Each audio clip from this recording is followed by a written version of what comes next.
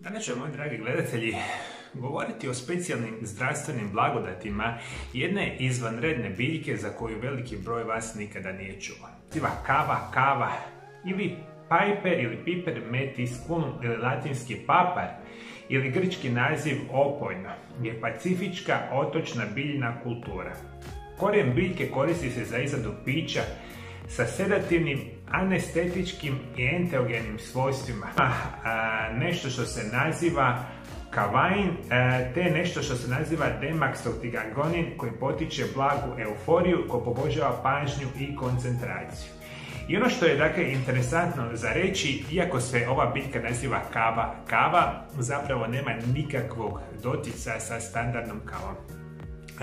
Rekao sam, polinezijske kulture ove biljku koriste praktično stotinama godina unatrag, međutim ostatak svijeta ih je upoznao nakon što je 1768. godine moreplovci i istraživač James Cook su saznali više o biljci koju su pacifički urođenici uzimali da bi postali opušteniji, vedriji i otvoreniji. Možemo reći da ova vrsta biljke prije svega ima nevjerojatnu mogućnost poboljšavanja ovih psiholoških stanja. Zato je ovo jako interesantno za reći. Svi vi koji patite od problema sa pretjeranim stresom, anksioznošću, velikom količinom recimo depresije, ova vrsta biljka može upravo iz ove perspektive pomoći. Dakle, razmišljamo da se čak njome liječe simptomi ADHD-a, epilepsije, migrene, kroničnog umora, prehlada i drugih infekcija dišnog sustava. Čak tuberkuloza, bolovi u mišićima, infekcije urinarnog trakta, bolove i oticanje maternice, čak određene spolne bolesti, menstrualne tegobe i puno toga, dakle, ova nama biljka može pomoći. Ono što je dakle jako interesantno za reći, ovi spojevi koji se nalaze u kavi imaju potentne antikancerogena svojstva i sa ovom vrstom biljke imate značajnu mogućnost poboljšavanja dakle, vašega imuniteta. Međutim, kao i svemu, mi za ovu vrstu biljke trebamo imati još puno više onih bitnih istraživanja. Ono što je bilo alarmantno, i to specijalno u Europskoj uniji, čak tamo negdje do 2008. godine ova biljka bila zabranjena jer do kraja nisu otkrili one zdravstvene blagodati, ali su bili uočeni određene vrste problema. I ono što to se naravno događa do 2008. godine, nakon toga je, govorimo o Europskoj uniji, ova biljka ponovo postala dakle, široko dostupna bez problema ako ju koristite u adekvatnim količinama. Kao i svi prirodne opcije, dakle prirodnih lijekova, sve se mora koristiti u onim preporučenim dnevnim dozama. Ako ih koristite prekomjerno, možete imati problema, što ću malo kasnije pričati. Ono što mogu reći, dakle kava je prvi puta stekla popularnost 1990. godina kao biljni lijek za nesanicu i tjeskobu. Znamo da je spavanje veliki problem za otprilike 50% stanovništva u njegovom dijelu samoga života. Korijen kave potiče psihičko i fizičko opuštanje, djeluje kao prirodni diuretik i gastrointestinalni antiseptik. Ono što je dakle recimo interesantno za ovu vrstu biljke, jedan od onih zdravstvenih blagodati je dakle, smanjivanje seksualne disfunkcije, specijalno kod žena ali kod samih muškaraca. Opet naravno super perspektiva. I mi danas kada razmišljamo o ovoj vrsti biljke, vi nju možete kupiti danas super jednostavno i lagano u dućanima zdrave hrane. I ona se danas može koristiti kao napitak, kao čaj, recimo možete ga koristiti u tinkturama, recimo prahovima i puno određenih perspektiva danas možete kupiti ovu izvanrednu biljku.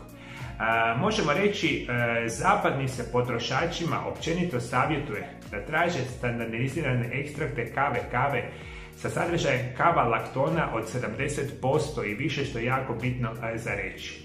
Dnevna doza iznosi od 1 do 5 grama suhog dijela ili 3 do 6 ml tekućeg ekstrakta, što je ekvivalent 60 do 120 mg kava-laktona, a kod standardiziranih pripravaka u obliku tableta uzima se 100 do 200 grama dnevno i što je dakle jako bitna perspektiva.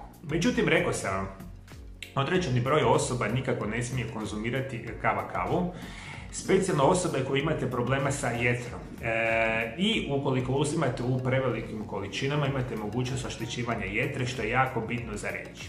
Isto tako osobe koje konzumiraju preparate specijalno koji se nazivaju antipsihotici, barbiturati i antidepresivi. Te ukoliko pijete alkohol, ne smijete konzumirati ova vrstu biljke. Isto tako kava se ne smije uzimati duže od 3 samoga mjeseca. Ako se odlučite koristiti kavu u bilo kojem obliku, morate biti oprezni, specijalno ako ste trudni, dojite ili uzimate bilo kakve lijekove na recept prije konzumiranja ove izuzetnog biljke, morate biti, naravno, posavjetovati se sa vašim liječnicima. Međutim, sve ove nuspojave su moguće, ali u najvećem broju slučajeva se to uopće neće dogoditi ako ih naravno koristite u preporučenim dnevnim dozama, a one skupine osoba koje sam nabrojao jednostavno nemojte konzumirati. Međutim, ovo je što mi je jako bitno za reći. Kao što sam na početku emisije rekao, rak prostate i rak dojke su jedne izuzetno teške i opasne bolesti modernog čovjeka. Vi, ukoliko koristite preparate kave, imate značajnu mogućnost ili potencijalno izvanrednu mogućnost sprečavanja ove vrste perspektiva, što ja mislim da je puno bolja šansa nego da one potencijalne nuspojave koje se vjerojatno neće dogoditi ako ih koristite u adekvatnim količinama. Evo, moji dragi gledatelji, jeste ikad čuli za kavu? Vjerojatno niste. Da li ste, moji dragi gledatelji, koristili ovu vrstu biljke? Kako ste ju vi koristili? Koji su vaši možda zdravstveni učinci? Naravno, ovdje dole ispod video zapisa komentirajte, mislim da će veliki broj vas biti jako zainteresiran. Dragi moji gledatelji, moja nova ordinacija Mario Lab Centar Zagreb je otvorena na adresi Oreškovićeva 1. Ukoliko želite moje privatno liječenje vaših bolesti sa najmodernijim svjetskim medicinskim metodama i želite dobiti moje privatne programe prirodnih liječenja, kontaktirajte moju ordinaciju na ove brojeve telefona za pacijente iz Hrvatske ili kontaktirajte moju ordinaciju na ove brojeve telefona za pacijente iz cijeloga svijeta i dogovorite termine liječenja.